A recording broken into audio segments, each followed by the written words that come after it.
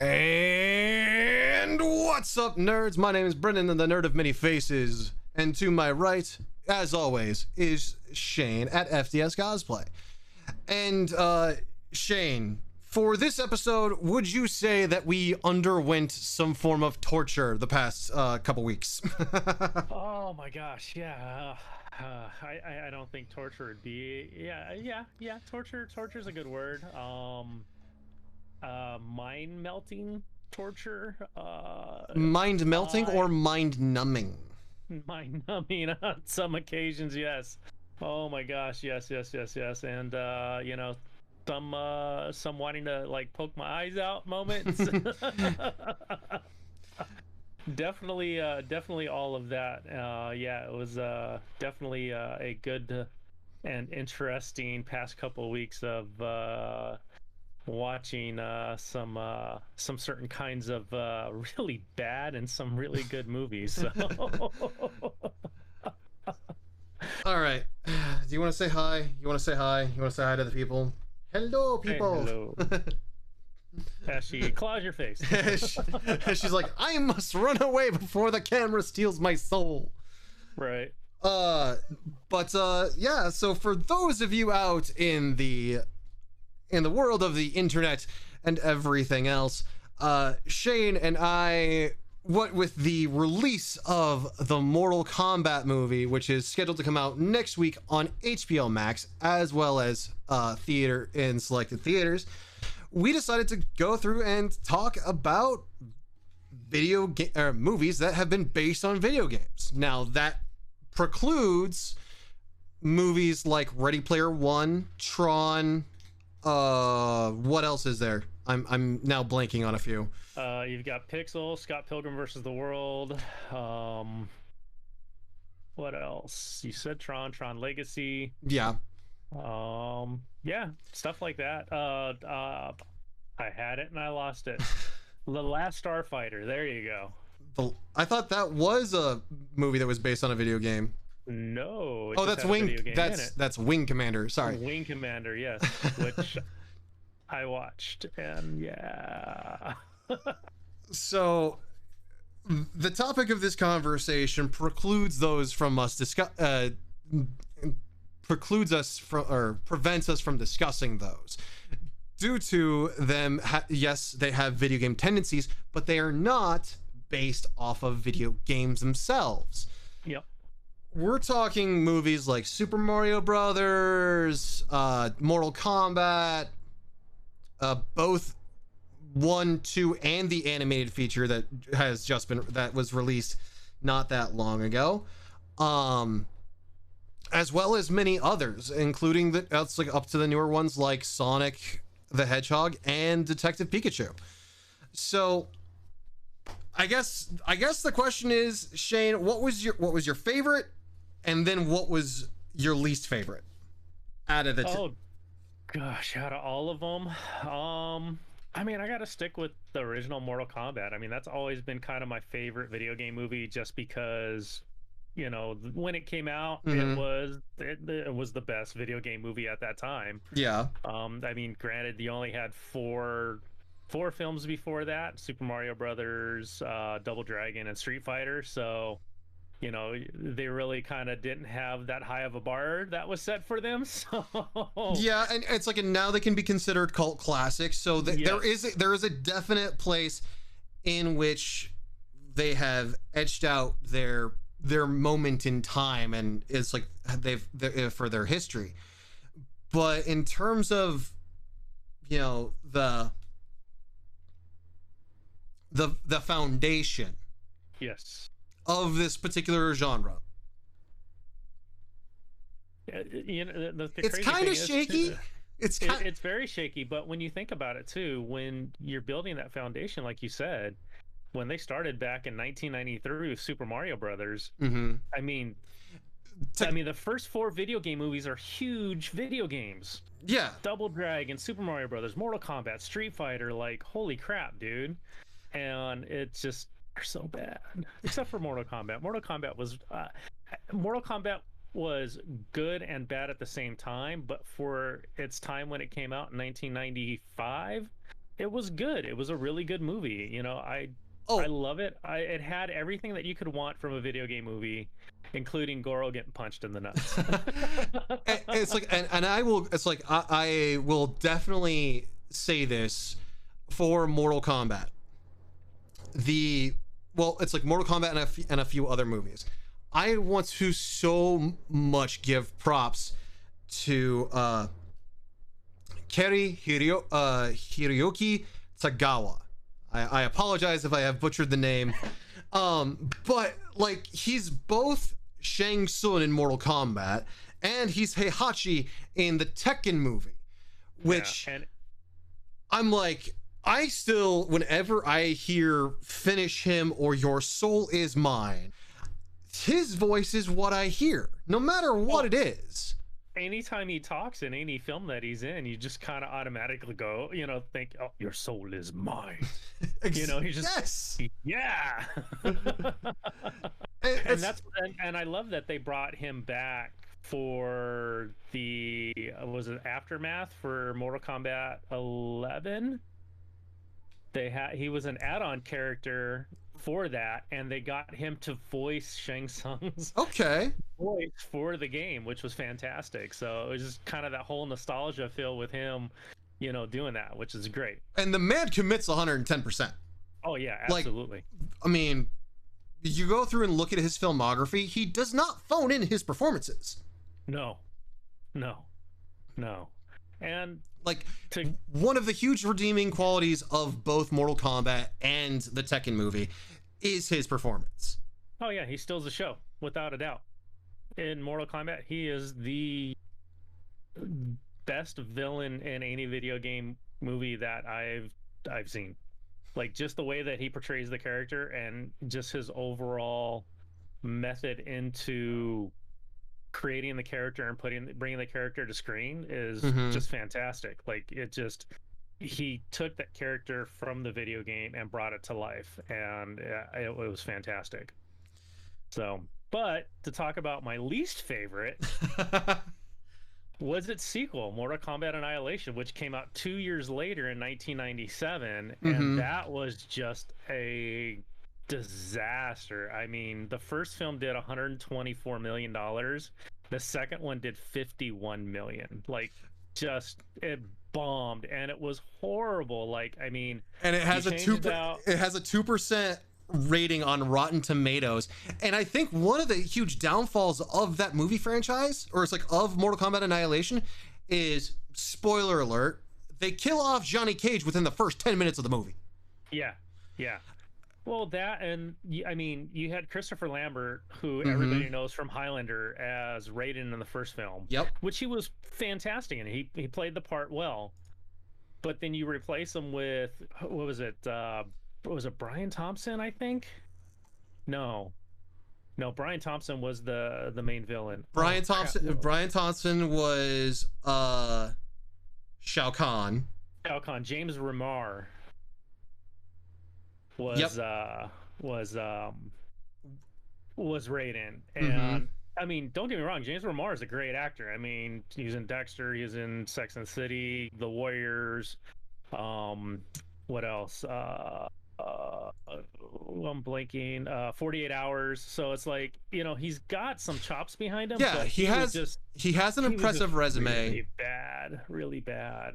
But I mean, it was like that. I mean, we were talking about this the other night. You know, Street Fighter had some fantastic cast. Oh yeah, it's like Ming Na Wei as Chun-Li. Van Damme. You've got Kylie Minogue. You've got I have an issue with Van Damme. You've got Raul Julia, who completely stole the show. And that was his last film before he passed. And it's like, little segue here. He went to his kids and asked them, "What movie do you guys want me to make?" And they chose Street Fighter. So this is like, it's a love letter to his kids. Yeah. And he did a great job as Bison. Like, he was fantastic. Like, he overshadowed everybody else, but the film was just so horribly done. Like, I get what they were trying to do with a lot of the fanfare. Like, there's so Mhm. many characters in a fighting game, right? Yes. To transition all those characters from a fighting game into a motion picture is definitely a challenge. Like, I mean, I'd like to see like the Russo brothers kind of pull something together and like do something like that because of what they've done with the Avenger films and like Captain America and stuff like that. Like, I think they would make a fantastic video game movie. Like, if you gave them, if you're like, hey, Street Fighter, we're rebooting it, Russo brothers are attached to it, I think they would. I think you'd probably have a home run. Well, You know? I mean, the whole entire thing about it is that, like, with a movie like Street Fighter, and they tried to kind of relaunch that with Street Fighter: Legend of Chun-Li, Oh.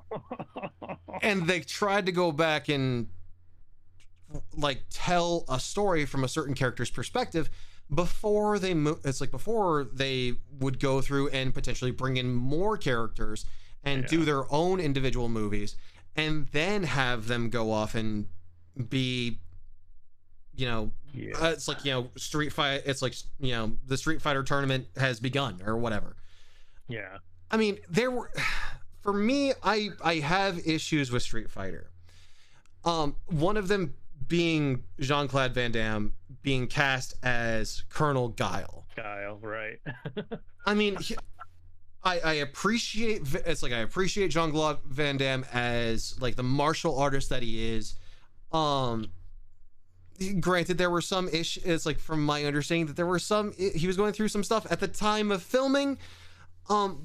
And I don't know of any other martial artist that could actually do a flash kick in real life other than him. Yeah. That would kind of fit the role. But it's like, I mean, dude, you have the muscle from Brussels playing the Captain America version of Street Fighter. Yeah. Yeah. So, I mean, it's like, I was kind of hoping for a little bit more of the good old American boy. But I mean, that's like, I didn't get that, and you know, but I still enjoyed for the most part Street Fighter, because I mean,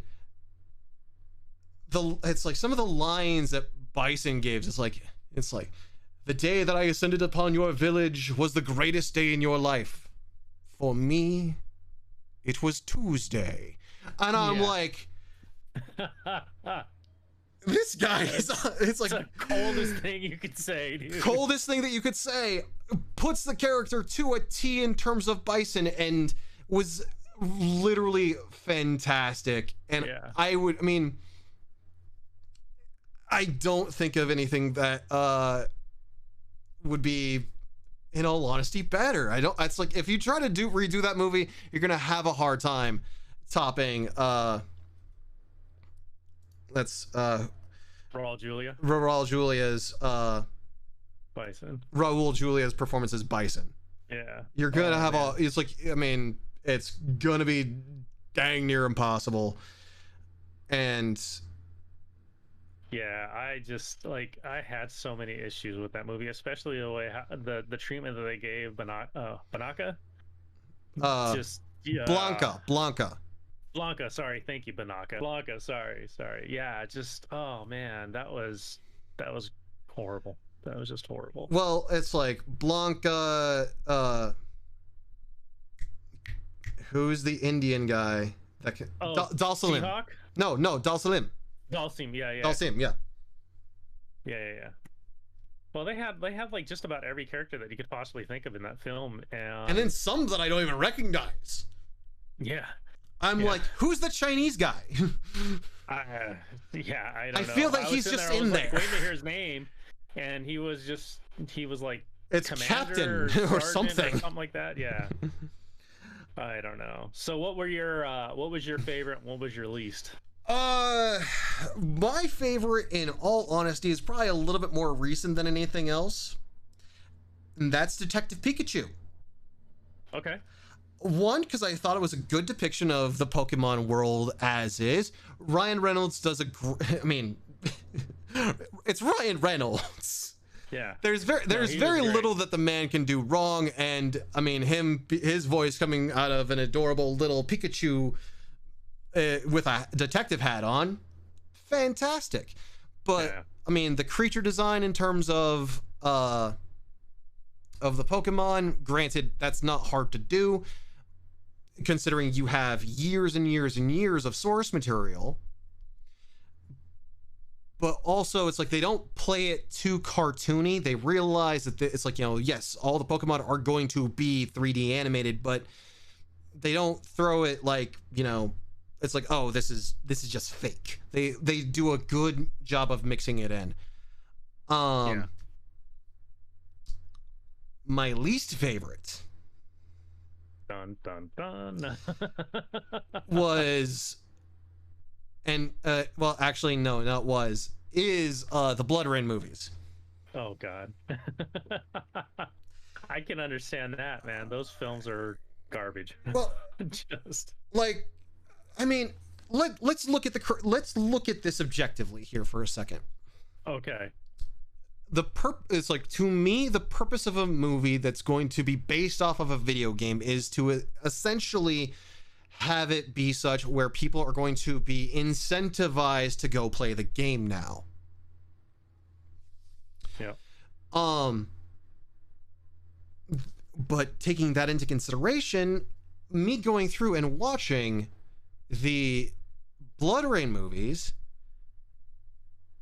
I have no desire to go play the Blood Rain games now. Like, no. Addendum. I am interested to see if the Blood Rain games are as bad as the movie is. They're not. Which, I mean, I can guarantee you that. I played them. I played both of them. There's Blood Rain 1, Blood Rain 2, and then they came out with like a Blood Rain like arcade style game for the 360 and PS2. But the first two Blood Rains were on the Xbox and the PlayStation 2.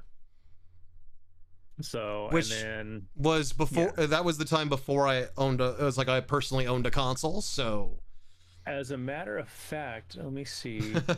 I think I may have the first Blood Rain game sitting over here in my my collection. But no, it's a good game. The movie does not do it justice. But okay, here's your cast, right?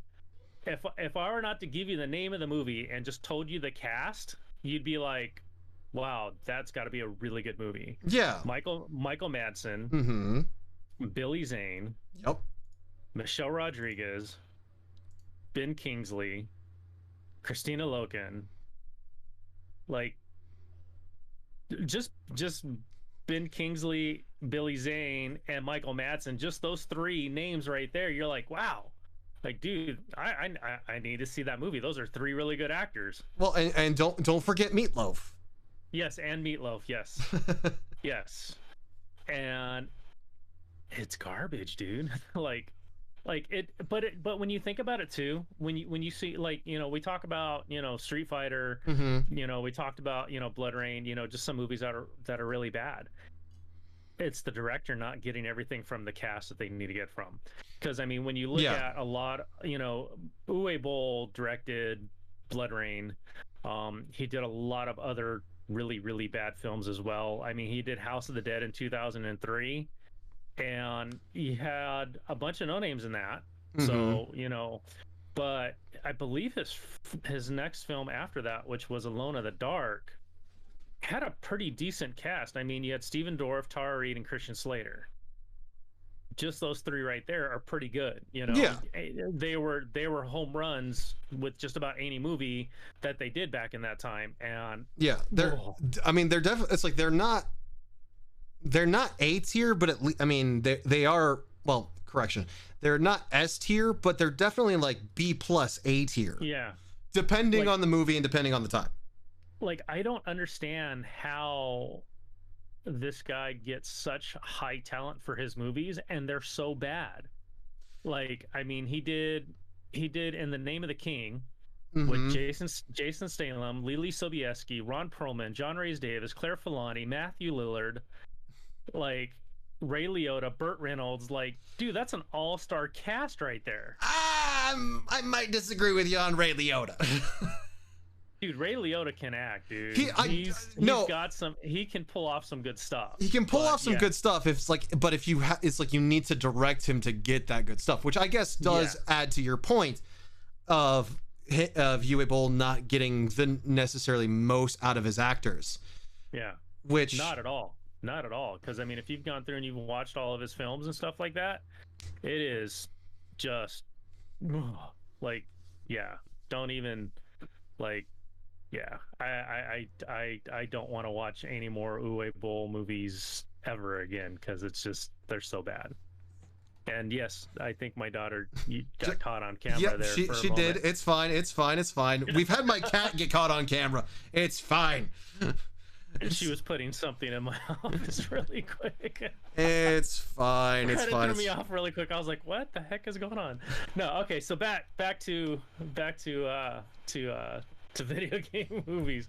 So yeah, so we got our tops and our bottoms. So Detective Pikachu, dude, like great movie. Like I'm not a Pokemon guy to say the least, like because I used to work in that industry. Yeah. And in selling video games, and I dealt with the masses on that, and it made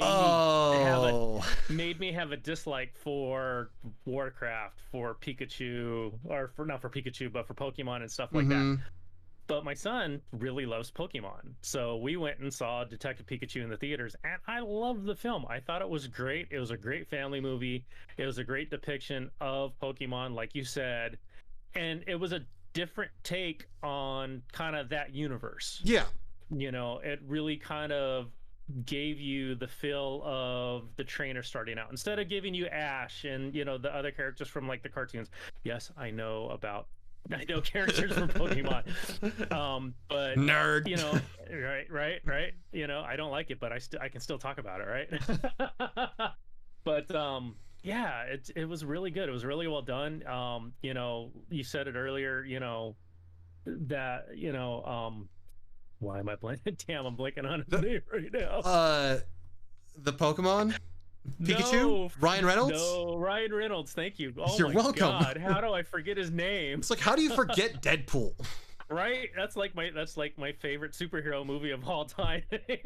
And I love Ryan Reynolds, so you know the fact that I forgot his name is just that's so sad. I mean, I should get 50 lashings in public square, but you know, he did a great job. I mean, it was a really good story. It was a very heartfelt story that they told with that movie.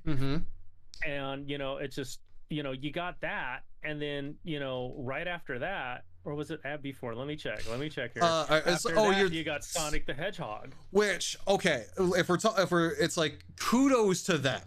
Kudos to Paramount and their executive, it's like their producing team for like one, listening to the fans. Yes. Because the first thing that we saw it's like the first thing that we said when we saw the first trailer of Sonic the Hedgehog is, what is that? Yeah. That was so badly done. What they had What they had for Sonic was just no. It's like we realized that this is a video game movie. Just give us a cartoon. It's like version of Sonic. We're okay with that. We can suspend our disbelief. Don't go through and try to make it too realistic for the sake of the show. Yeah. And I mean, they listened. They went back and redid everything. Yeah. Pushed the movie back by about 8 months, wasn't it? Something like that. Almost a year. It was like almost a year. It was a long time. Yeah. Yeah, just so they could go back through and they could redesign Sonic and, you know, correct their mistake. And yeah, it worked out great. And Jim Carrey as Dr. Robotnik was just phenomenal, dude. Like, he was perfect for that role. Like, I am excited for a second Sonic movie just to see him come back. Like, oh my God. And at the end, and he's bald and he's got the mustache. Like, it's like if they make him, it's like if they put him in a fat suit, make him bald. It's like, you know, they've already established that he's bald, but keep the facial hair too. It's like, just here's my money. Shut up, take my money. I will go see that movie.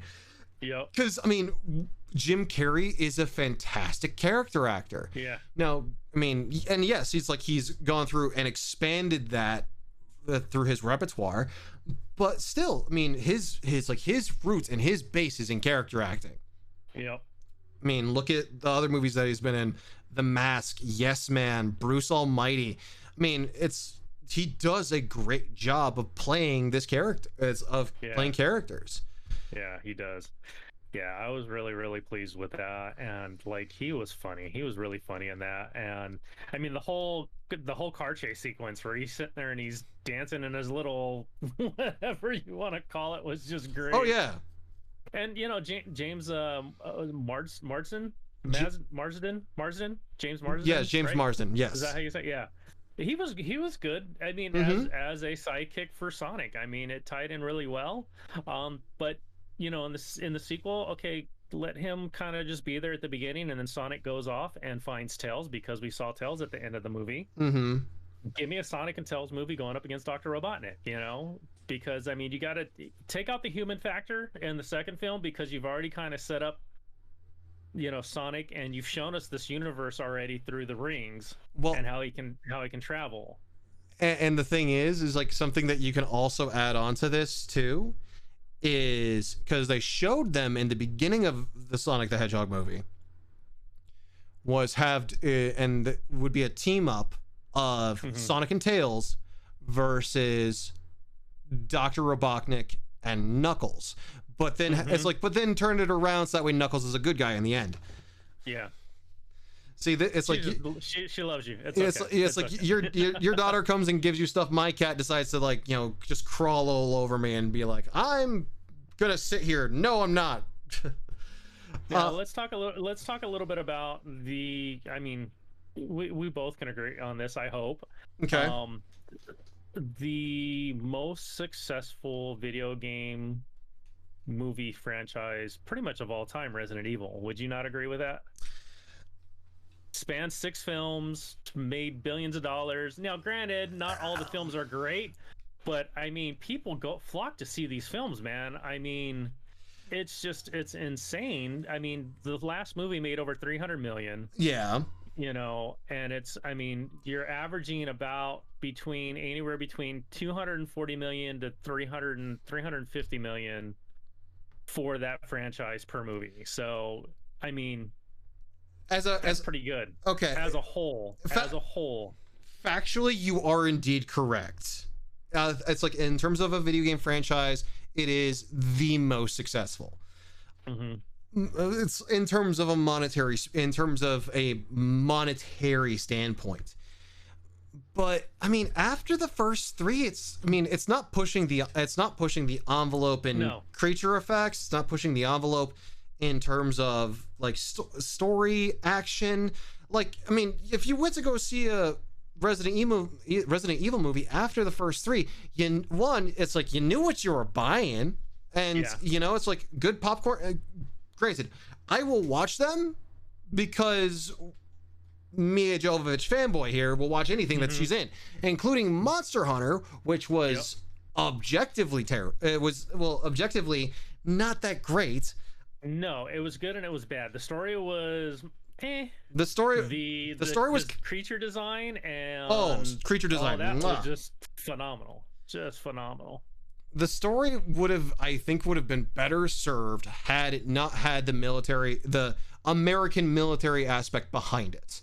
Still, not only that, or the Earth aspect. If you just gave me the Monster Hunter world as a whole, like, that would have been a great movie. Like, Mila Jovovich, like, she could have pulled off, like, you could have started the beginning of the movie of her going through the transport, and then instead of being stuck on that rock, I mean, you basically gave us a updated version of Tremors, basically.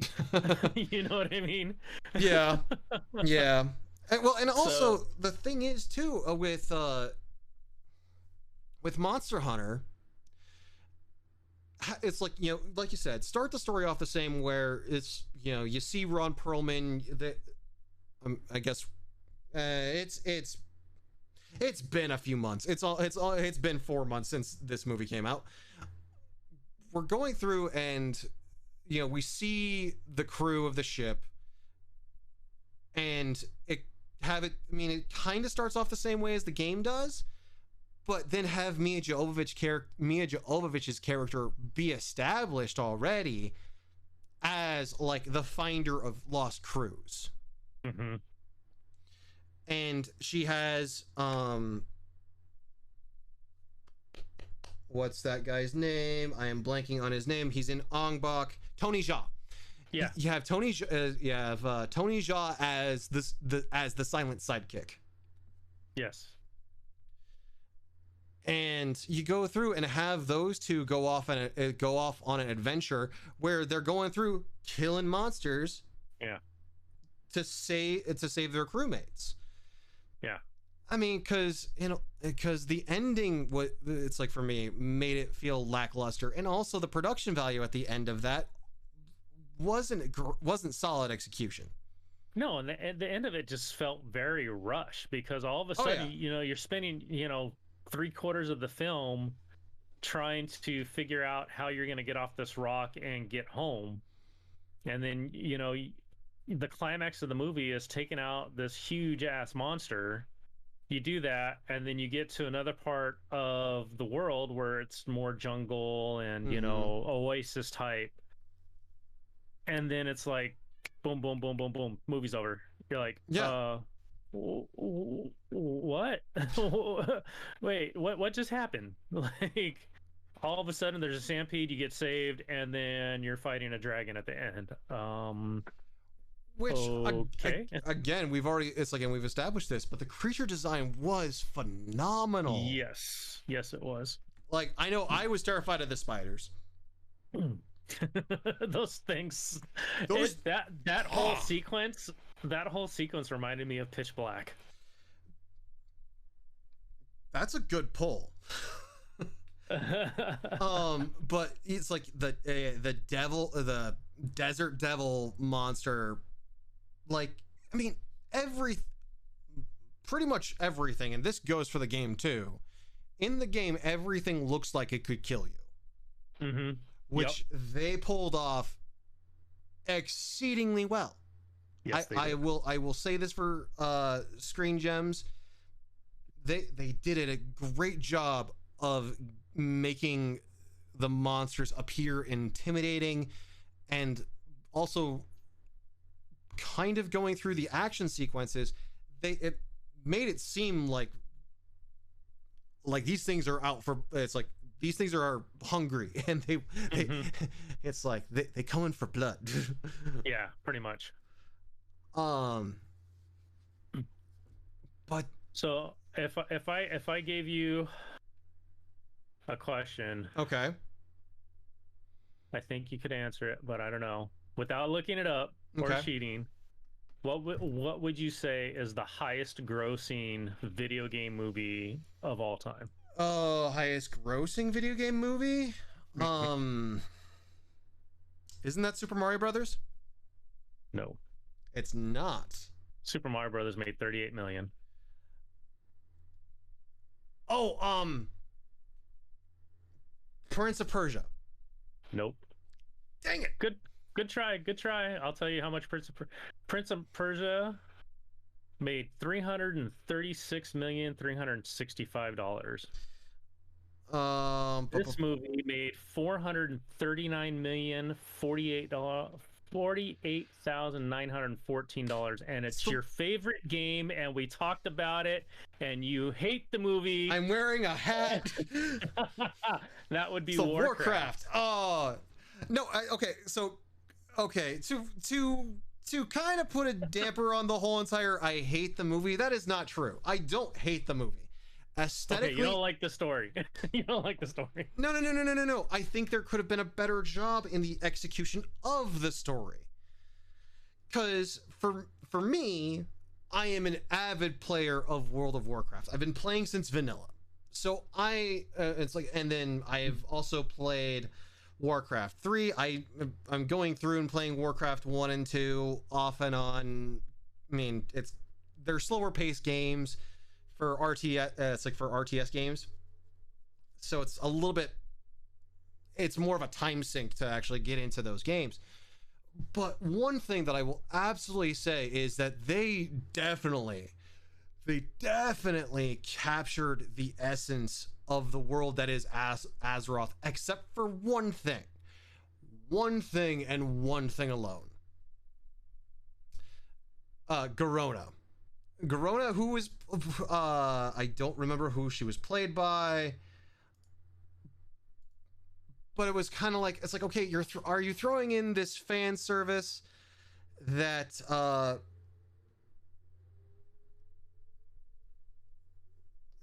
you throwing in this fan service? Paula Maxine Patton. Paula Patton. Are you throwing in this fan service of having Paula Patton play Garona, which she played the character well? It's just the appearance of her was like, it's like, okay, is she supposed to be the cute orc? Like, we have literally no other characters like that are supposed to be the cute orc. Now, granted, they're saying it's like, you know, she's a half-breed. Mm-hmm. But in regards to what? Like, is she half human, half orc? I mean, they haven't been there. They have not, or it seems that they're definitely giving the impression that they haven't been there that long. Mm-hmm. Now, maybe that is an issue of storytelling over time that I missed, which, if that be the case, that's kind of on both sides in terms of where the quote unquote blame lies. Mm-hmm. But yeah, no, I mean, Durotan, Gul'dan, it's like the creatures, the cities, the fan service in terms of like throwing in a murloc and, you know, morphing a prison guard into polymorphing a prison guard into a sheep. I appreciated those as a fan of the game. However, I feel like I would have understood the story just as well as if I had the movie muted. Yep. I agree. I definitely agree. You know, and for myself that doesn't play Warcraft, that, you know, that saw the movie because I was like, hey, another video game movie. I love video games. Hey, let's go. You know, I like video game movies. Let's watch it. Let's go. You know, for somebody coming from my side that has no experience with the game or anything like that, or the storyline of the game, I enjoyed it. I thought it was a good popcorn flick. Yeah. The creature design, the design of the world and everything, like you said, is just amazing. Like, really, really good. I definitely could have done without the hybrid org. She kind of, I mean, I kind of get it. You try to give, you know, the human character kind of a love interest type thing, you know, trying to give him some sort of happiness after he loses his son and all this stuff. But I could have done with that. Could have done without that. It was ultimately unnecessary. Right, because I mean, they don't even end up together at the end. He ends up thinking that she killed the king. So spoiler alert if you guys haven't seen it. But you know, the story was like a 5 out of 10, if that, you know. Special effects and design, overall world design was a 10 for me. Like, like complete and total eye candy. It actually made me want to actually go and play the game just because. Just to kind of like it's like just kind of wander around and see where it takes you. No, it's like, and to me, I think that's what a successful video game movie should do.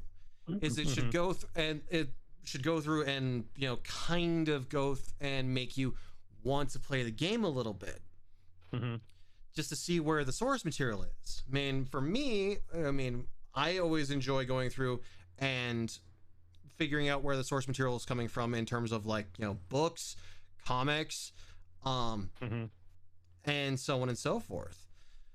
Yeah. I mean, so let's talk a little bit really quick, because we've talked about some movies. Let's share what we watched. So let's just give a list of what we watched, so everybody knows that no, we didn't just watch these, you know, 5 or 6 films. We actually, like, spent the last couple weeks since we had this plan watching video game movies. So for me, because also it's like, we'll go. It's like, because after that, let's go ahead and talk about what our hopes are for the new Mortal Kombat movie that are coming out. or that's coming Perfect. out next week. So I love it. So I watched Super Mario Brothers, At- Street Fighter, check. both Mortal Kombats. check. I watched Wing Commander. Nope.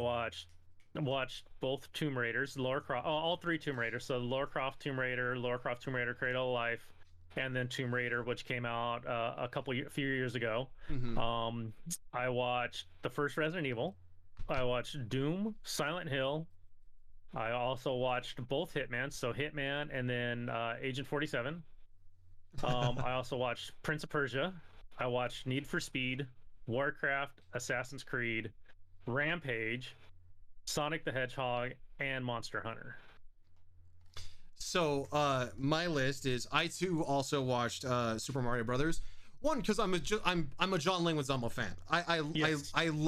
I pretty much enjoy almost anything that he's in. Yeah. Double Dragon. I can go without watching that movie for a while. Street Fighter. Mortal Kombat Annihilation, and Mortal Kombat. I know that this movie isn't on our list that we've kind of curated, but also Mortal Kombat Scorpion's Revenge. Nice. Which, like, we'll talk about that in a minute, because awesome. Nice. I did not watch Wing Commander. I watched all three Lara Crofts. I watched the first three Resident Evil movies just because they are indeed my favorites of that franchise. And, you know, it's kind of like beating it's like I said, once you get past 3, it's like, okay, the horse is dead. We don't need to beat that dead horse with a stick anymore. Watch Doom, and I have to say, it's like the whole entire aspect where Carl Urban's character goes into first person. Amazing. That's what I wanted. Right? That was amazing. If they would have given me more of that, I would have been so much happier with the movie. Well, they did that with was it Hardcore Henry, I think was the name of the movie? Yes, Hardcore Henry, but they did that too. I think it's this fine little dance, because Hardcore Henry was a little bit too much in the first person perspective. The whole movie was like that. Yeah. It's like sprinkling within, not just it's like a cake. You don't want all frosting on your cake. Yeah. Silent Hill I didn't watch. Dead or Alive I didn't watch. I said Street Fighter already. Both the live action and the animated. The animated is really good. And again, we're going to talk about this later, but I keep on wondering why why are the animated ones so much better? In Name of the King, A Dungeon Siege Tale. I'm sorry. I could not bring myself to pay money to watch Far Cry. After seeing the trailer, Max Payne I watched. I did not watch Street Fighter Legend of Chun-Li. I watched Tekken. I watched Prince of Persia: Sands of Time. Need for Speed, both Hitmans. Assassin's Creed as a refresher, Rampage, and Detective Pikachu and Sonic. Nice. So what did you think? Because last time we talked, you hadn't seen Need for Speed. What did you think of Need for Speed? It's Fast and Furious. I said that as much. I'm like, I went into it expecting as much as I would get out of a Fast and Furious movie, and that's what I got. And to me, it's like, okay, I can't be disappointed. Yeah. No, I thought it was really good. I mean, out of all video game movies that I've seen with my wife, that's her favorite. Like, she loves that movie. She can sit and she can watch it over and over. And, you know, I honestly felt it was better than some of the Fast and the Furious movies. Well, I mean, and that also doesn't take much. And also, it's like, and let's Fast and Furious Fast and the Furious has more of a range in terms of they have more of them. So odds are you're not going to like some more of the Fast and the Furious movies because there's just more of them, rather than just Need for Speed, which just has the one. Yep. Right. No, I agree. So let's talk about, you asked the question, let's dig in a little bit here. Why are the animated films so much better than the movies? So when I went through and watched, I had just watched Mortal Kombat 1 and Mortal Kombat 2.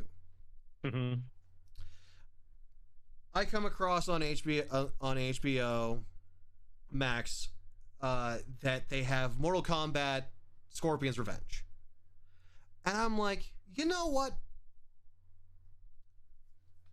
Go ahead. It's like, you know what? It can't be any worse than the second one. Might as well. Because Lord only knows, of how much torture we were putting ourselves through for those weeks. And it's like for the past 2 weeks. And I was pleasantly surprised. Like, I thought it was a good rendition of the story. Like, they had your favorite characters. They had Liu Kang. They had Johnny Cage. They had Sonya Blade. They had Shang Tsung, Goro. They had Jax, Kano. There weren't that many people that weren't in the first one that weren't in this one. Scorpion and Sub-Zero. But they also, it's like one of the things that they did that I really appreciated was they went through and actually gave Scorpion a storyline. Now, granted, Yes. I know that's something that they do throughout the games, but there's like, 11 Mortal Kombat games out there? Mm-hmm. And it's like, I know that I have a friend of mine from college that could like school me for days in Mortal Kombat lore. Because he has played every single one of them. Mm-hmm. But the thing is that it's like that's something that we're missing is like, okay, we realize it's a tournament for the Earth. It's a tournament for Earthrealm. If we lose, it's like Earthrealm is dead. Yeah. But giving Scorpion a storyline in which that now we can kind of feel some sympathy for the character, and also, introducing him in such a way that kind of makes it so that way we can have room to actually continue this, kind of makes me feel like it's the DC animated features where they have a lot more room to explore these potential storylines, whereas the live action, they are more tied by money and time and so on and so forth. So you just answered your own question right there. You know why that movie was so good? Why? Because it was done by the same studio that does the DC animated films. It was done by Warner Brothers Animation. Well, yeah. And it's like, and one of the things that they did in the movie was they implemented things that were very cool to see in the video game. Like I want to call them the bone shots, where it's like someone takes an elbow to the head and it's in the game, it shows that X-ray view. They do that in the animated version. And I'm like, this is kind of cool. So the director of that film was Ethan Spalding. Okay. Right. So his credits are this. Okay, you ready for this? All right. He worked on Avatar: The Last Airbender. Okay. Okay. All so right. he's worked with Dave Filoni. Solid. Okay. The Thundercats reboot. The Legend of Korra. Okay. Batman: Assault on Arkham. I mean, I'm not disliking anything that I'm hearing so far. Okay. So his other credits though are he worked on Justice League Flashpoint Paradox. Oh, all right. Justice League Throne of Atlantis. The Lego Scooby-Doo movie that they did. The Lego DC Superheroes movie. Okay. And Son of Batman. So yeah, if he failed on that, dude, like, come on. If he failed on that, that would have been something to. Yeah, no, we don't need to talk about that. But So there you go. But yeah, no, why I think the reason why the animated films are so much better than the movies is because I think with animation you have you less have to more lose. you have less to lose, you have more creative freedom. Mm-hmm. You're able to transition video game to animation better because a video game starts off in animation first. Yep. It starts on a page and paper and drawings and design and stuff like that.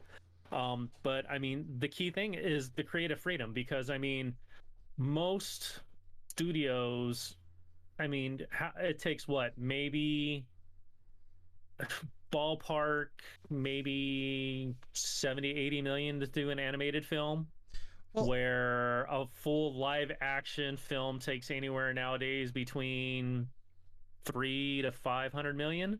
well, and also to go to, it's like what what I was referring to when you have less to lose. I was referring to you have less to lose in terms of physical restrictions. Yeah, exactly. Because the That thing, creative freedom. well, I'm not talking about creative freedom. I'm talking about physical. Like, take Jean-Claude Van Damme doing the flash kick. Mm-hmm. He's like, at the time, he was probably the only person who could actually do it and probably do it like in real life. Yeah. With animation, you don't have, it's like you don't have to worry about human bodies. Yeah. True. Very Because true. a lot of, it's like, in all honesty, some of the things that make a video game movie great is, or video games great, is the whole entire mind-blowing physics that they have some of the action take place and have the actors do. I mean, I don't think that there's a video game out there that doesn't have an element of, it's like, oh man, it's like, I really want to see that. It's like, I really want to see that translated into human bodies, because it just doesn't work. No. Because it can't. Yeah. Now, when we're talking about the animated features too, is that I think that they have a lot, they can spend a lot more time on story due to they don't have to worry about, time constraints in terms of voice acting. Because, I mean, most professional voice actors have something in their own home that they can go through, record a few lines, and send in. Yeah. And then there are some that it's like, okay, I'll go into the studio. It's like you sit in a sound booth for 8 hours. And I mean, granted, they have to be taking immaculate care of their vocal cords because otherwise, they would be out of a job. Yeah. But they're allowed to go through and spend that time and resources on story rather than just on it's like, spending it on actors and spending more on the storylines. Well, here's the thing too with Warner Brothers. Excuse me, sorry. They do a great job in their animated films. I mean, especially with DC. A little off topic here, Yeah. but they've got some big name actors that come in Oh, yeah. voice those characters. Oh yeah. You know, and it's a great in between of what they do. I mean, and it's if anybody were to do an animated feature based off a property, whether it's video games, comics, a book, or anything like that, Warner Brothers would be my first bet. I'd go to Warner Brothers and be like, okay, what are you guys doing to be so successful? Because I mean, pretty much just about every single animated film that they've brought out over the past, I don't want to go too far back, but let's say 5 years, just Okay. 5 years, Yeah, has 5 been a years. home run. Has been a home run. They really have taken it to the next level because I mean, even back when they did the Death of Superman, the first one, which was a top-notch animated, taking a comic book to masterpiece, to film, it just, I mean, they really haven't put anything out that isn't garbage. Yeah. Like they've had some stuff that you're just kind of like, that was okay. The animation was great, but it was okay. Like when they did Superman and Shazam, The Return of Black Adam. it was okay. It was like, it wasn't my favorite. It was a but... sub story. It wasn't. It's like, you know, they had so much time to go through and actually put something in. It wasn't a full length feature. It's what ran 45 minutes. Yeah. Because didn't they pair that up with like one of the Green Arrow movies too? I don't know if they did. They may have. I have to go back and rewatch it. I've got them all. So. I felt like it was something that it was a double feature on something. I don't remember exactly what, but it wasn't. I mean, it was not given the same amount of scope that every other animated feature that DC's produced. Yeah. Had. Now. Yeah. But I guess it's like, you know, it's like, what is it that we're hoping to see next week? When or it's like, well, Friday, April 20 blah blah blah blah blah 23rd. It's like, what do we expect? It's like, what are we hoping to see, you know, on the 23rd of this month? Oh my gosh, dude. You know what? I just want to see a good movie, man. I want to see a good transition from video game to movie. Like, I like what we've seen so far in the trailer. I really hope that's not the best parts of the film that they're already showing, because some movies do have a tendency to, you know, to basically blow their load in a trailer, and then you watch the movie and you're like, or they'll show like something amazing in a trailer, and it's not even in the damn film. Yeah. Yep. So, you know, I want to see that whole fight sequence between Sub-Zero and Scorpion, where he basically cuts him and his blood flies up, he freezes it and stabs him with it, because that's straight up out of the video game. Like, I mean, I want to see that throughout the entire film. Like, don't give me this subpar story with a bunch of fan service. Like, the fan service is okay, but give me a good story. Like, I'm really curious to see what the story is, because I mean, they're introducing a new character in the movie with what's his name, the actor, he played Shatterstar in Deadpool 2, Louis Tran. Okay. Louis Tan. Louis Tan, sorry, Louis Tan. His character is not even in any of the games that I know of, so I'm really kind of curious to see how they're building that story around him, because we're so used to the Mortal Kombat, you know, games and the movies really kind of circulating around Liu Kang and his story and about him being the hero. Yeah. So I'm really, really curious to see what transitions from you know, changing the main character to his. He's playing Cole Young is the name of the character, and it's not, from what I can see, according to everything that I'm looking at right now, he's the only character that does not have a background, nor does he have a highlighted name to go through and look up anything for that character. So he is specifically created for this film. Well, and you know, and the whole, well, it's like, and one of the people who I'm most excited for to see in this movie is Hiroyuki Sanada. I mean, again, the man commits. We saw him. It's like, I first was made aware of him as an actor when I watched The Last Samurai with Tom Cruise. He was in he was in The Wolverine. Yep. Fantastic actor. And dude, he's been acting since 1966. Son of a beep.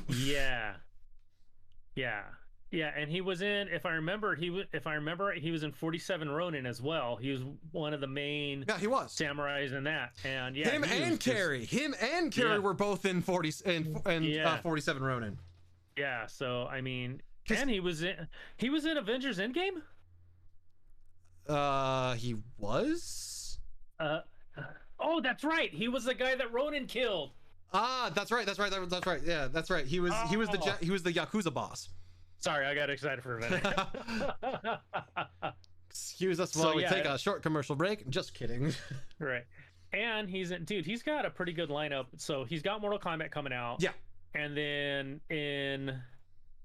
also this year, he's also in Army of the Dead, the new Zack Snyder film. So I mean, the guy's on point. I mean, yeah, he's The just guy works. The guy yeah, works. yeah. And And you know what?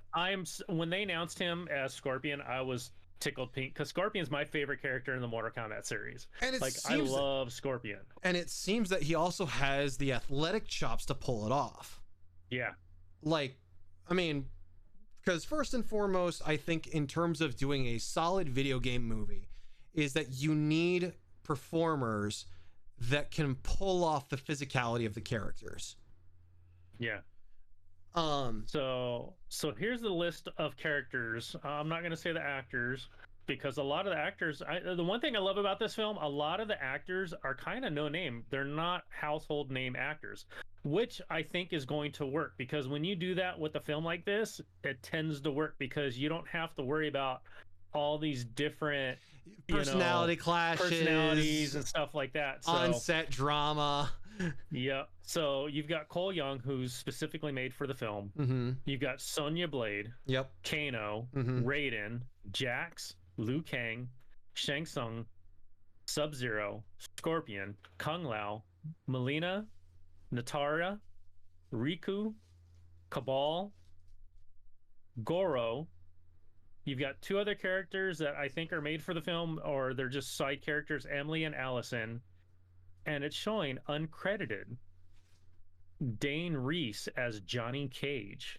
Is Dane Reese the old school Johnny Cage? I don't remember. I don't know. His name's not highlighted, so I can't go, oh, okay. Oh, wait, here we go. No, is that Dane Reese? Is that him? No, it's not. Let me see. When I clicked on his name, damn, no, it doesn't say, but I'm gonna, okay, let me go back. Hold on. Oh, that was played by Lyndon Ashby. Yeah, the original in the movie, yes. Yeah. Yes, Lyndon Ashby, yes. So I don't know. They never showed a Johnny Cage in the trailer. So I'm kind of curious if he's an end credit character that they show. So, stay tuned and watch the end credits all the way through because you never know what you're going to get. Yup. So, all right. So since we talked about Mortal Kombat, let's talk about some other upcoming films that we're looking forward to. Well, let's talk about first games that we don't necessarily think should be made into movies, or games that could be made into movies. So let's talk about that. So if you could choose one video game, out of every single one that you've ever played that hasn't been made into a motion picture, what would it be? Oh, you have to go with just the one. And why?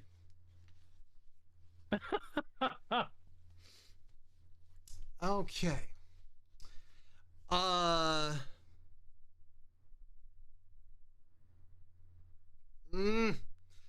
This is gonna be hard.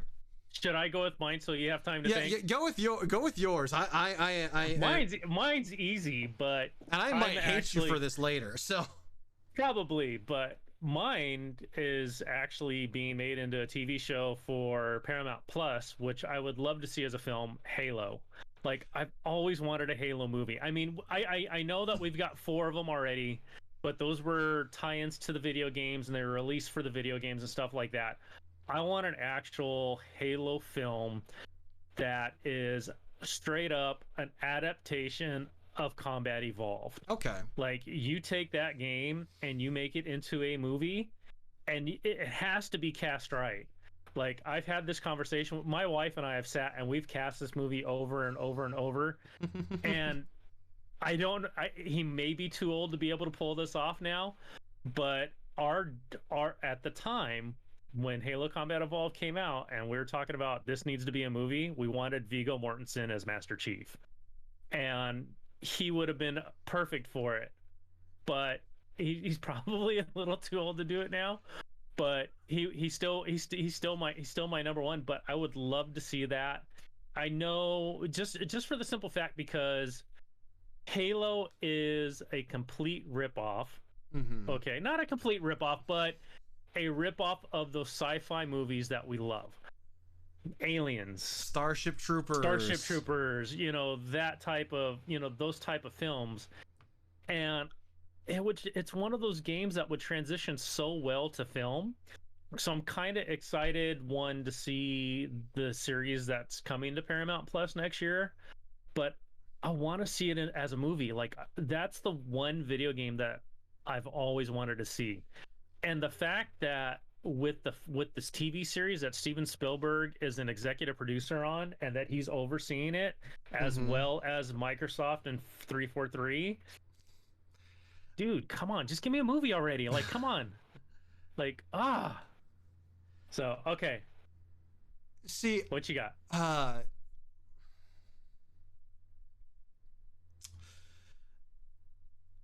again, I play a lot of games, man. So do I. It's so hard to narrow like just one. Okay, give us a couple. Well, okay, so oh, I'll do it this way. There's a whole lot more games that I could actually describe that I don't want to see turned into movies because they kind of already are. Okay. The God of War series doesn't need to be a movie. No. Does not need to be a movie. I enjoy. It's like I enjoy playing it. It's fantastic. It's like the cinematography in those games alone are fantastic. Yes. Don't need a movie. Don't need a movie. I don't think you could transition it to a movie. There's just so much in those games that if you try to transition it into a movie, you have a pretty good chance of ruining it. Yeah. So no, I agree with you on that one. What else?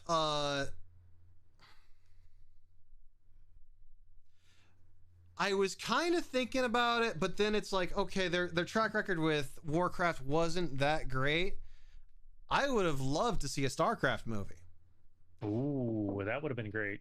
I would have liked to see that. I love StarCraft. But then it's like, in StarCraft 2, throughout Wings of Liberty, Heart of the Swarm, and Essence of the Void, you kind of got a feature cinematic inside of that game. Well, with all those games that they did, because I mean, just the cinematics that they would put on those games were just it's like at the time revolutionary, like super ahead of their time, revolutionary, and then it's like, I guess my last pit, it's like in terms of my 3 games that I would not want to see turn into a movie, would be, it's like my last one would be Horizon Zero Dawn. Out of most of them. Yeah, I love that game so much. I would not. I don't want to see it get a movie. It just, what you got just playing the game was good enough for a movie. Like, it was its own movie in a game. You know what I mean? It just, the cinematics for it, the story, the just everything, the way that they told it was just phenomenal. I mean, no, I played it on PS4. I bought it for my PC when it came out. I mean, I've gone through that game probably more times than any game lately. It's so good. I love it. And I completely agree with you on that. For me, Gears of War would be one of them. Like, I don't want to see Gears of War as a movie. Like, the first few games were really, really good. And they were really well done.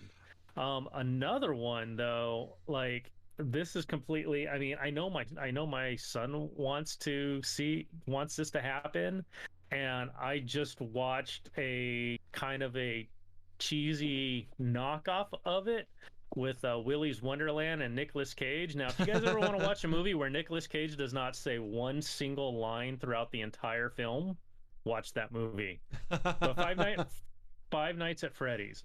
Now, I understand that Five Nights at Freddy's is a huge, huge property. And I mean, it is, kids love the game, but after seeing what they did with Willy's Wonderland with Nicolas Cage, like, it doesn't transition very well into a movie because it was a complete ripoff. Like my son and I watched the movie, and he's like, "Hey, that's a line from Five Nights at Freddy's. Oh, that's what the guy says to the guy in Five Nights at Freddy's. Oh my God, you know." And I'm just like, you know, and then another one that it's still to be determined. We talked about this one earlier, and we kind of had a funny chuckle at it. How about Oh, a Just Dance movie? isn't that just Step Up? I swear. Right, right, right. I mean, Oh my gosh. it's another version of Step Up. Um, Oh man. uh, it's like, and here I am going through I'm going through my Steam library, my Epic account library of games that I'm like, what theoretically could be turned into a movie? Actually could work as a movie that I mean, granted, we have a ton of zombie movies, zombie TV shows, and all that stuff, but which I think would transition very well from video game to movie would be Dying Light. Dying Light's a really, really good game, has a great story, likable characters, and I think that would transition very well from a video game to a film. But it would have to be done. It has to be done right. Well, I mean, it's like, so one of the movies that you mentioned earlier, Prince of Persia, which Yes. you say that you enjoyed. For me, I'm like, I like the games better. Because Prince of Persia 1, 2, and 3, great. The one that they released after the movie, I haven't played. But then there's the one that's just like the whole entire redo, and I'm like, the cell shading on that, eh. But for me, I was going through, it's like, you know, I mean, I understand the reasoning why Disney, it's like why Disney made that movie at the time. Mm-hmm.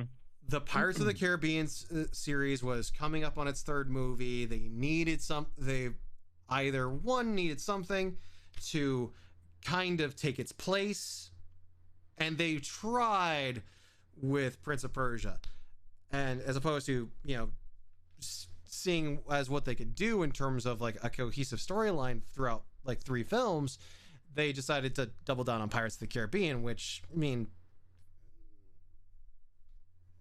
some were better than others. But I just really can't think of a game that well, actually, if they turned the Darksiders series into Ooh, that would be good. it's like if they did it right and did Darksiders 1, 2, and 3 Mm-hmm. as standalone movies themselves, that it's like, granted, you got to have the right director, you got to have the right cast, you got to have a whole lot of rights for that to work, because already storyline wise, those games are already fairly solid. Yeah. I mean, and it's like, of course, it's like, you know, we were talking earlier about the list to potentially come out, because as you and I discovered before we started recording, there has been a video game movie almost every single year since 1995. 93, sorry. Since 1993. Yeah, it started with Super Mario Brothers. That was the first video game movie. And then it's like they had they had 2 in 94, and so on and so forth. Like there are a few years in which, yes, there is a gap, Mm-hmm. but it's not a long one. They at least come out with one per year. Yeah. And it's not slowing down any, man, because we've got at least 2 more after Mortal Kombat, as long as the dates don't change. You got Werewolves Within, which was a Telltale game, which is a great game. If you guys haven't played it, Telltale does a great job with all their games, with the Batman, with The Walking Dead, and stuff like that. Werewolf Within, June 25th. And then we get the Resident Evil reboot on November 24th, which is Welcome to Raccoon City. So that one is something to kind of look forward to, just because it's Resident Evil. What are they gonna do? Put in put in Leon now? Because I mean, Yes, I think they are. I think they've kind of run dry with the Alice storyline with Mia Jovovich. Granted, So if she, you've got the characters in the movie are going to be Claire Redfield, Chris Redfield, Jill Okay. Valentine, Leon S. Kennedy, Albert Wesker, Otto Wong, William Birkin, Chief Brian Irons, Richard Alkin, and Lisa Trevor. oh, excuse So me. all video game characters. So no Alice, all original characters. So I'm really, really curious to see how this film comes out, just because, with those names, those are Those are Chris Redfield, those are the OGs of the series. So and they're the heavy hitters of the series. I will tell you the movie that I will be the most probably be the most critical of when it releases. That'll be the Uncharted movie. Yes. I am a fan of Tom Holland. It's like I am hoping that they don't go Young Adventures of Indiana Jones on me for this. Just like, did you? I'm pretty sure you watched the short with film Nathan Fillion. Nathan Fillion, yes. Yes. Okay. Give and me who he that. had playing and who he had playing Sully? It's the same guy from Avatar and Yes. Terra Nova. Yes. I don't remember his name, but yes. You're not in That's Kansas the perfect anymore. duo. That's Uncharted. Like, that was amazing. Okay, I'm sorry, but Mark Wahlberg has no place playing Sully. I'm sorry. Well, okay. I like Mark Wahlberg as let's- a character, as an actor. Okay, I think but what they're trying to is not Sully. Like, what they're trying to do is they're trying to go, like I said, it's like, okay, so then it's like one of my fears is kind of coming to pass, because from the sounds of it, oh wait, you said Mark Wahlberg, I was thinking Yes. Mark Ruffalo, and I'm like, no. I would have taken Mark Ruffalo in a heartbeat. Mark Wahlberg is Sully. Yes. Sully's not the badass here. No. So of course Tom Holland is Nathan Drake. Mark Wahlberg is Sully. It has Antonio Banderas, but it doesn't say what the name of his character is. Sophia Taylor Ali as Chloe Frazier, and then Tati Gabrielle as Braddock. Okay, so I don't know. Again, it's the whole entire. They're trying to go through, and they already have this very well established universe in which that they're going through and trying to create something before, or actually somewhere in the middle, because the thing is that we've played some of the.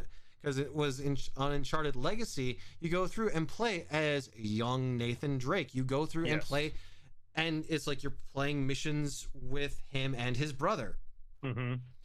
So I think that what they're trying to do is they're trying to get in that teen years, which I'm like, oh, yeah.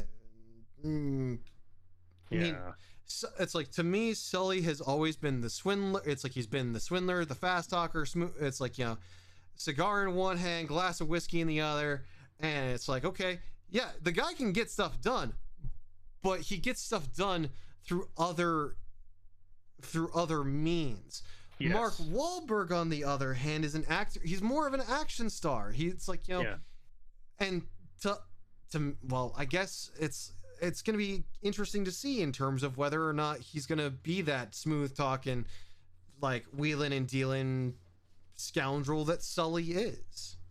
All I can say is I'm going to have a hard time with him as Sully, because he's going to grow out a mustache or have a mustache, dude, and it's going to look like a porn stash, bro, and it's just not I'm just not, it's going to take away from the character, you know what I mean? It's just, I can't, like, I can't see him as Sully. Like, I mean, dude, give me anybody else but him as Sully. Like I love that character. Like I mean, I mean, he's Nathan's father figure in the Mm-hmm. games, you know. I mean, he's Sean Connery to Indiana Jones, you know what I mean? Just like, dude. Like, I mean, Well, no, I'm gonna give it a chance, of course, because I love the series. yeah. I've played them all, but I I mean, mean, same here. And the one movie that's coming out that I have a hard time swallowing, it's like for me, I have a hard time swallowing, mhm. is Minecraft. Oh God, can we not even talk about that? Can we just skip over that one? I'm like, Oh man. n- What are you gonna do? I mean if if you they adapt if they like adapt Minecraft, it's like if they adapt Minecraft like they did the Lego movie, then there's possible potential. However, I'm going to then argue and point out that it's already been done in the Lego movie. yes. Let's see. Does it say who is developing it? Let's see. It's like Warner Brothers is the production company behind it. Hmm. I don't know. It's just I mean they had the what it was the Minecraft story. Oh, I can't remember the name of the game, but they did the you had Minecraft and then they came up with the Minecraft stories that had oh yikes. Hold on, I'm gonna look this up really quick. You go ahead and talk about why you don't want it, and I'm gonna look this up. Well, it's like for me, it's a kind of it's a fairly simple reason. I have never been a fan of Minecraft. Yes, Internet, explode with your rage. here you go. Minecraft story mode, and the main character was voiced by. Come on, give me the names. Give me the names. Oh, you're not gonna give me the names, are you? I'm trying to remember the name of the actor, and I'm failing you guys right now, and I apologize. But he was in. Hold on. Better yet, let me go into IMDb really fast and look up the movie Paul, because the actor was in Paul. Like one of the main actors in Paul, or It was. I mean, it's like if we need to, we can just. It wasn't Simon Pegg or Nick Frost. It was. Do we need to get some Jeopardy theme music going on right about now? Probably. You know, because I swear, Bill Hader. Okay. There you go. Why I couldn't remember his name, I don't know. I apologize. I failed. You guys can have my geek card. It's like do your research, or it's like I know, right? Have it in your notes. I know. I'm horrible. But it's like It's like so not Borderlands, because that's another movie that's coming out, and that I'm optimistic. I'm looking forward to that just because of the cast that they've got. I mean, you've got Jack Black playing Claptrap. I mean, dude, come on. If that's not a perfect typecast, I don't know what is. They need Dave Bautista in this. Yes. As Torque. Yep. Because imagine Dave Bautista pulling off a Hulk Hogan impression. Because essentially, I mean, that's essentially who Torque is a caricature of Hulk Hogan, and no one to me is large enough other than Dave Bautista to actually try to pull that character off. Yeah. But well, here's who we have in the film. So you got Kate Blanchett. Okay. Kevin Hart. Jamie Lee Curtis. Who's she? And she's gonna be probably like a siren or something like that. Let's see what they say. So Kate Blanchett is playing Lilith. Okay, so she's the siren. Yep. Kevin Hart is playing Roland. Yep. Jamie Lee Curtis is playing Dr. Patricia Tannis. Aha. Okay, yeah, I can see that now. Jack Black is playing Claptrap.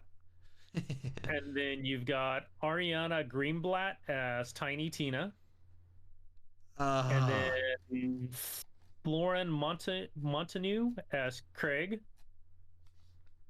And then you've got Edgar Ramirez as Atlas, Oliver Richter's as Chrome, and Jania Gavankar as Commander Knox.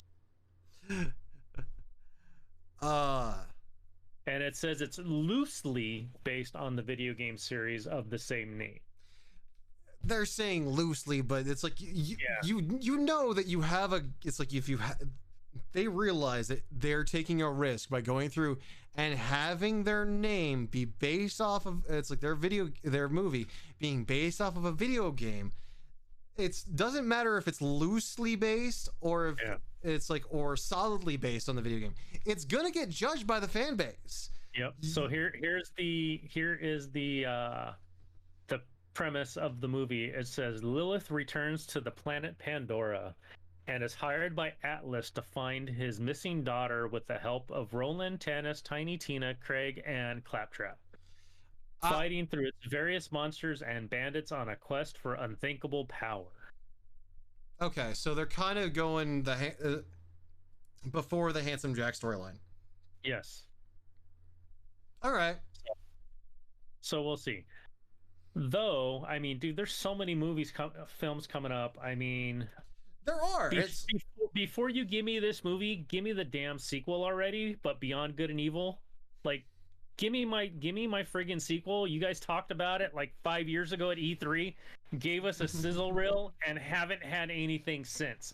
Like, come on, give me my sequel before you give me a movie. Like, it pisses me off. But you've got Tom Clancy's The Division, which I kind of see they kind of did the kind of a series on Amazon Prime, if I remember, when the first game came out, and that was actually pretty good. It was actually pretty well done. So could be an interesting film. Then you've got and it's like, and also keep in mind here, it's like these are all unentitled. It's like or untitled. They're all to be announced. Yep. So it's like the stuff that we're now listing off, it may not ever see the light of day. Yeah, they could not see the light of day. So the Tom Clancy Division film, though, is a Netflix film, so we could probably see that because Netflix likes to pump out everything that they possibly can. Which is great, because I mean, if it wasn't for Netflix, we wouldn't have The Witcher. So, you know, hey, kudos to them. Yes. Then you've got Crossfire, okay, Detective Pikachu, the sequel, Five Nights at Freddy's, which I said I didn't want to see, and Gears of War, another one, Ghost of Tsushima. Yes, Ghost of Tsushima. An untitled Just Cause film. And it's enough. Just Dance. Mega Man. Now that's one I think would be if you did it as an animated film, kind of like how they did Astro Boy. Yes, that would be good. It's like I could see that kind of working. Or if they, I mean, even if they went through and did the Alita Battle Angel route where they just had Mega Man be animated and then everything else around him be live action, I'd be okay with that too. Yeah, no, I agree. Yeah, I could totally see that. It would be good. Here's another one that I think you could go either way on this. I mean, you could say you're gonna have to re-say all this again. Not make it into a movie because the froze. Yep. How bad did I freeze right now? You sounded like a fucking robot at some points. So hold on a second.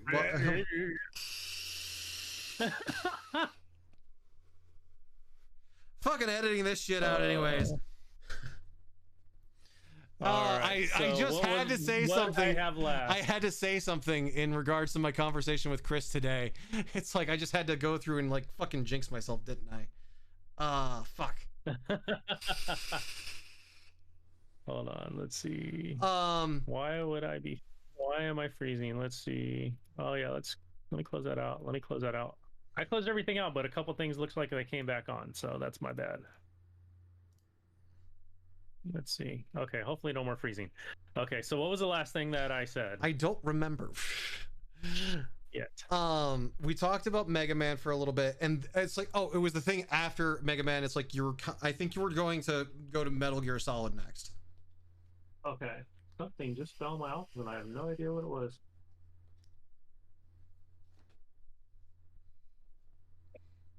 I'll have to get up and check it before I start my print back up again. Okay, so going to Metal Gear. Yeah, I think go. Let's like move on to Metal Gear. So yeah, because we were talking about Mega Man. So okay, so here's one movie that's coming up that it's not coming up, but it's still to be determined. But I mean, you could go either way, 50-50 on this, that it shouldn't be made, or it should, just because of the sheer, like, just the greatness of the series.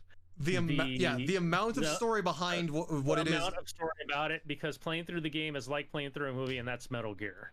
Yeah.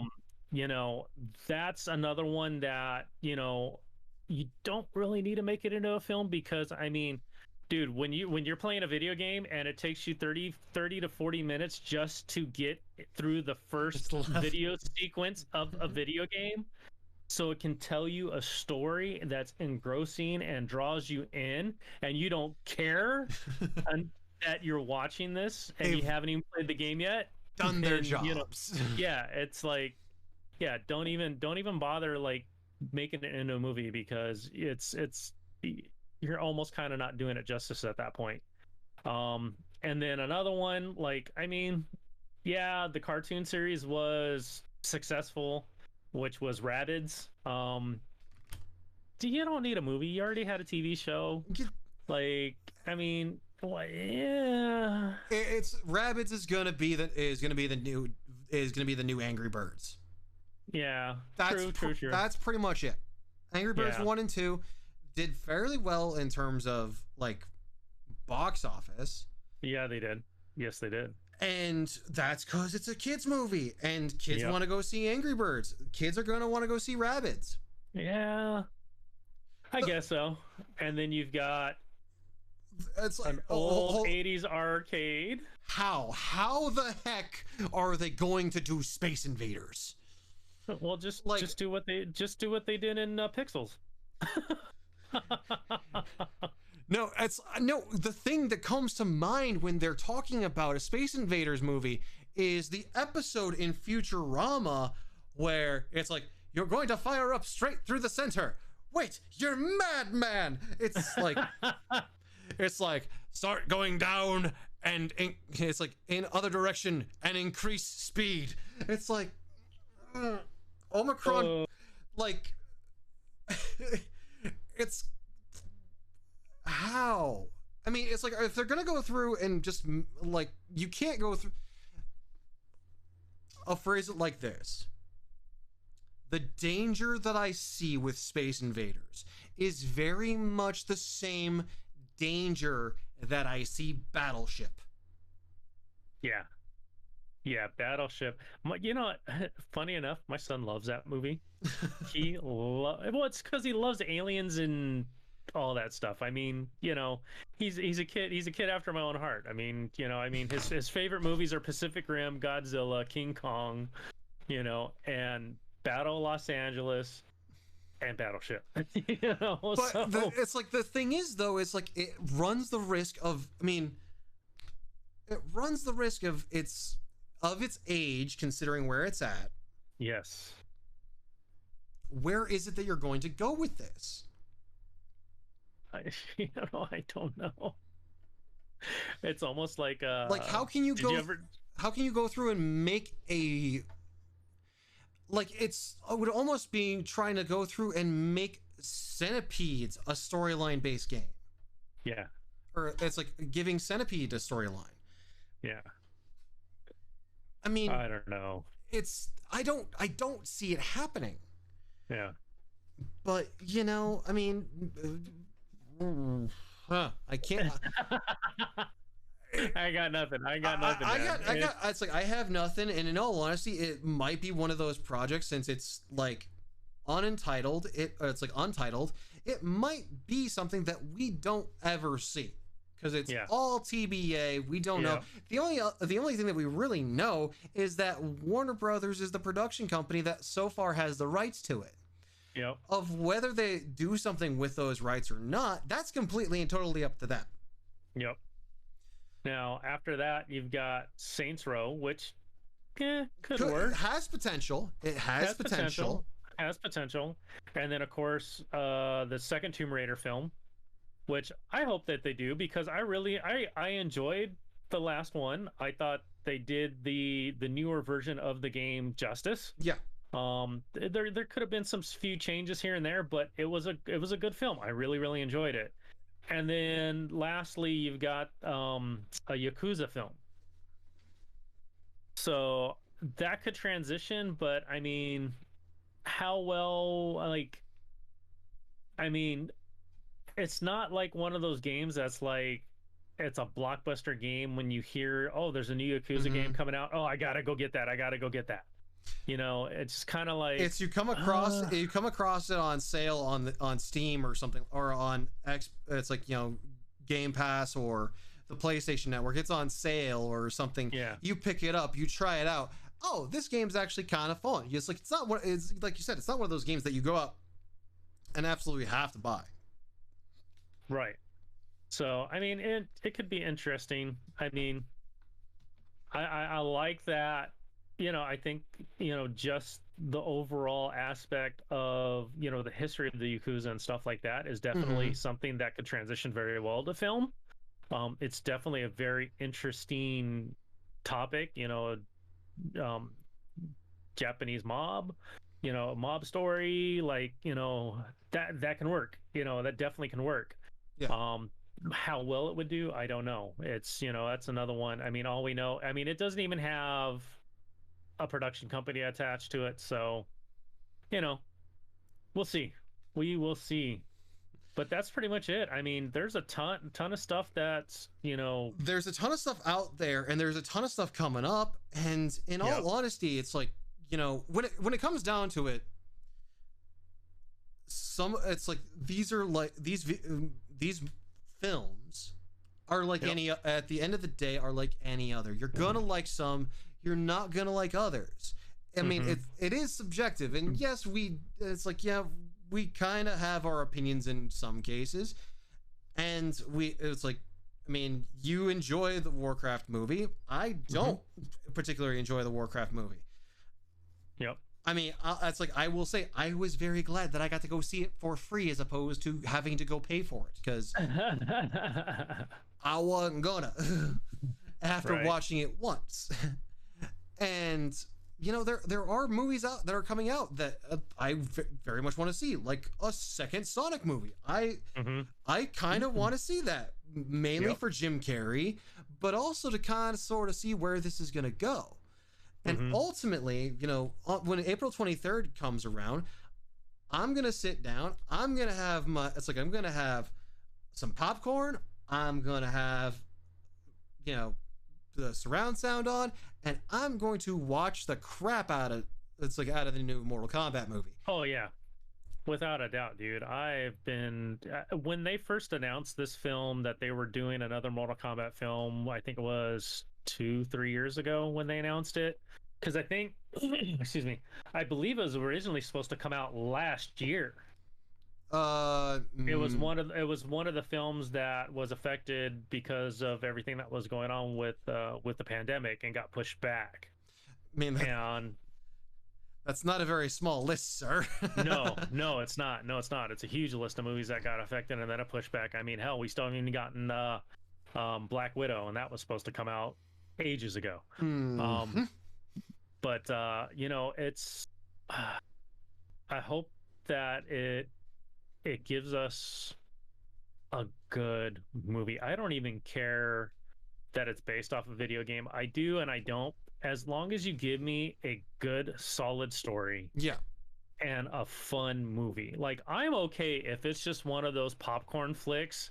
Like, if it was just like another, like, Dwayne Johnson film where it's just a popcorn flick, a bunch of stuff blowing up, great action, not so good acting, I'm okay with that, because it's, to me, that's a fun film. You know, that's just something that you can watch over and over again. If they try and take and make it into a serious film, like these films, that's one thing. Like some of the films that failed is they try and take themselves too seriously. Yeah, it's a video game, for God's sake. Like I think like, that kind of, I think because you're talking about Rampage, and I think Rampage actually supports my point into the whole entire thing of a Space Invaders movie. Mm-hmm.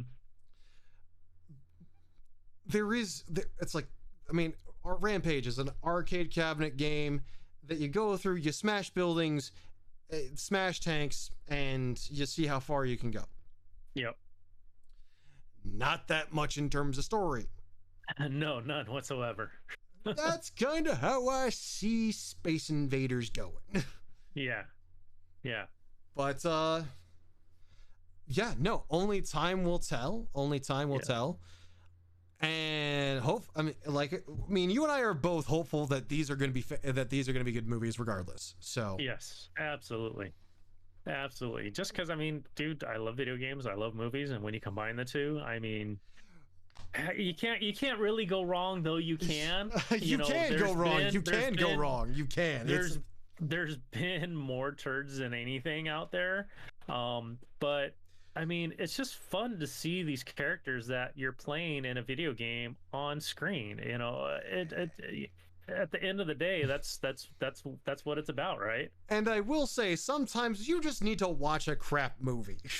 You do. Just any more Uwe Boll movies.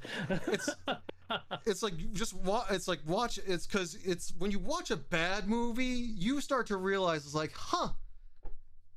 this other movie that I didn't really like so much before, I have a whole entire new appreciation for it.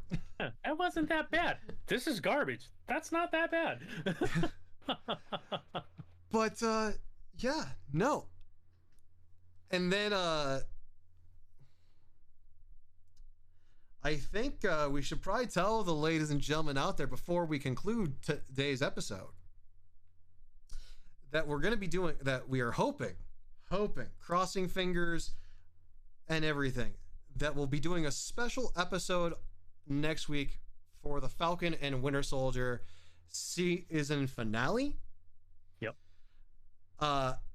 We're going to be diving into it a lot with a dear friend of mine from the comic shop that I used to go to back in the day, my dear friend Chris, who is like Sean Udaly, Dr. Sean Udaly, who joined us on our WandaVision episode, very knowledgeable in terms of the Marvel Cinematic Universe and most of things, all comic-wise.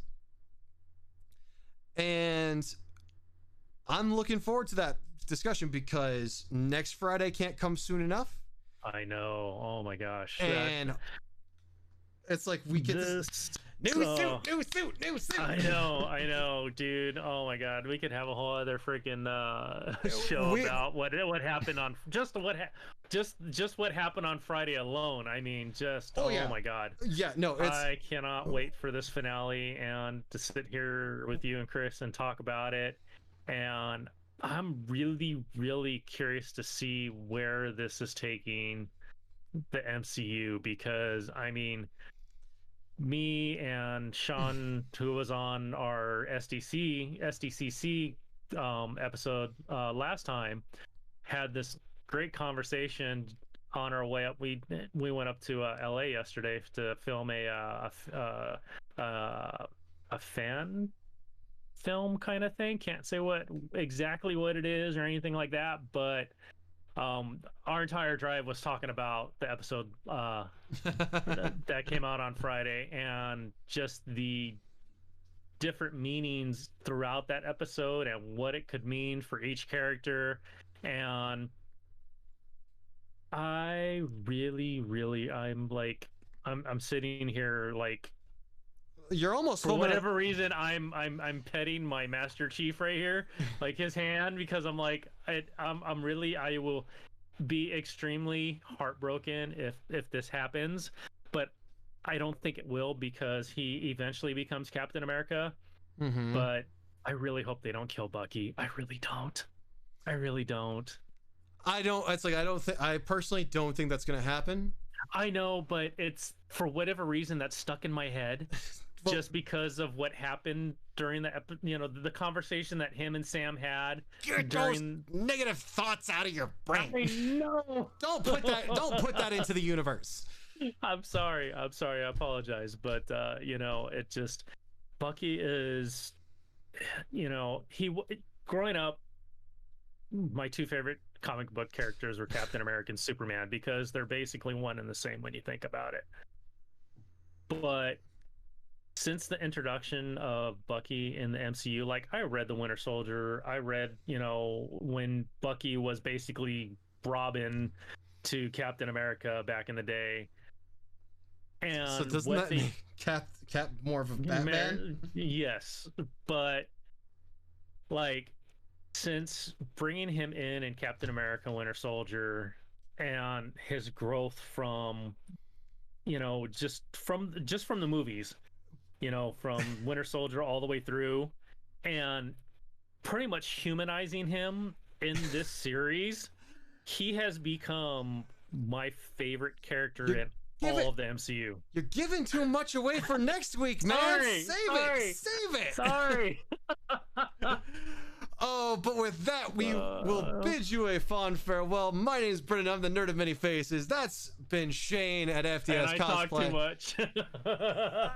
It's okay. We're all nerds. Thank you for joining us on this episode of the Knights of Nerd podcast. We'll see you next week for our special episode going into the Falcon and Winter Soldier. Thanks. Have a good night, good day, good afternoon, whatever. We hope to catch you later. See you guys next time. Bye-bye.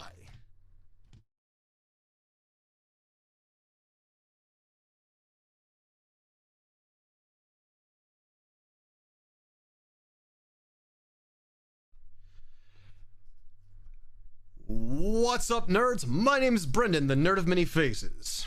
And I'm Shane, FDS Cosplay, and we are the Knights of Nerd. Now, you may have noticed that there has been a slight delay in the release of this episode. That's because you can now find us on Outlet. Yep, that's right, Brandon. You can catch us on Outlet with so many other great shows like Con Girls Next Door, Adventures with Pablo, Topics on Tap, and many other independently produced shows. So come and check us out, check them out, and have some great conversations. And if you like what we're doing, go ahead and leave us a thumbs up, subscribe to the channel, or leave a comment down below. Thanks for joining us, and we hope to see you at the round table.